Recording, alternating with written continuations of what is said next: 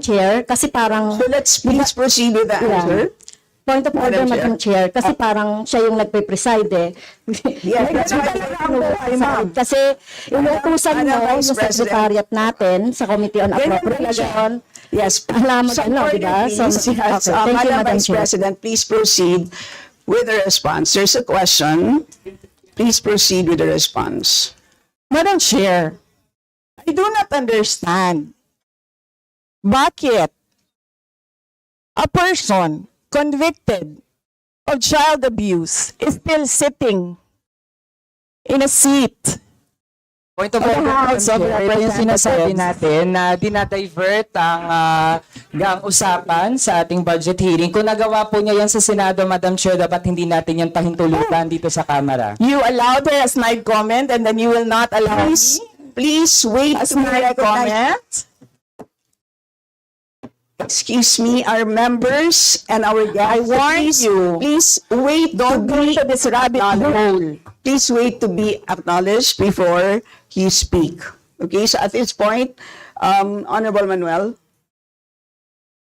Yes, Madam Chair, again, it's another point of order kasi kapag may mga deliberation tayo, we should stick to the topic. Hindi pwede, Madam Chair, na dinadivert natin yung usapan para hindi natin sagutin yung tanong ng mga mambabatas natin. This is actually the best opportunity, formal proceedings, nakikita po ng publiko para malaman anong sagot ng Vice Presidente. So hindi po natin napapayagan ang ganong mga argumento na hindi naman tumutumbok dun sa topic natin. So, Okay, Madam Madam Vice Chair, President, there's I a will make this question. easy for you. Please make Sige, ma'am. your responses direct to the point. Sige, ma'am. I will make this easy for you. What rules are we using for this budget hearing? We have our rules Yes, ma'am. adopted by the Committee on Appropriations. Right, okay. We searched for that rule. So, we only found the general rules. So, we have a copy of the rules for the budget hearings. Well, as far as I'm concerned, mas importante ang rules para sa amin. Kayo po, ang kailangan nyo lang marinig is yung acknowledgement for you to begin to speak. Yun lang po ang pinaka-importante para sa guests. Sa totoo lang po. Yes, ma'am. So, ang pinaka-importante, yes, you may proceed. At saka po yung adjournment. Yun lang po. Yung termination po. Yun ang pinaka-importante lang po. For the rules, yun ang ay importante para sa members. But we may provide the copy to you. Yes, So ma'am. please proceed and answer the May we question. request a copy? Yes, yes, absolutely. But Yes. please, there is a question.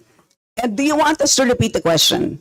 And we will not penalize you all the time. I don't You can repeat the facts from the notice of disallowance. I don't need a repeat of Honorable the Franz. question. Yes, Honorable Franz Castro, you may repeat your question on the notice of disallowance, I believe. Yeah, tama, Madam Chair. So according to COA, the notice of disallowance is amounted to 73,287,000 out of 125.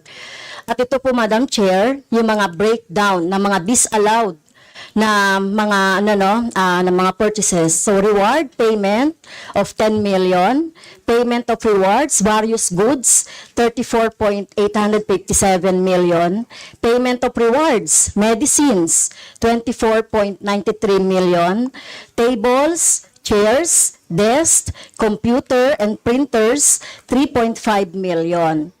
So, ang question, Madam Chair, so yung letter A, B, and C, so nakita naman natin nandoon yung sa joint circular. How about yung ito, no? How about yung mga tables, chairs, desktop, computer, na umabot po ito sa 3.5 million.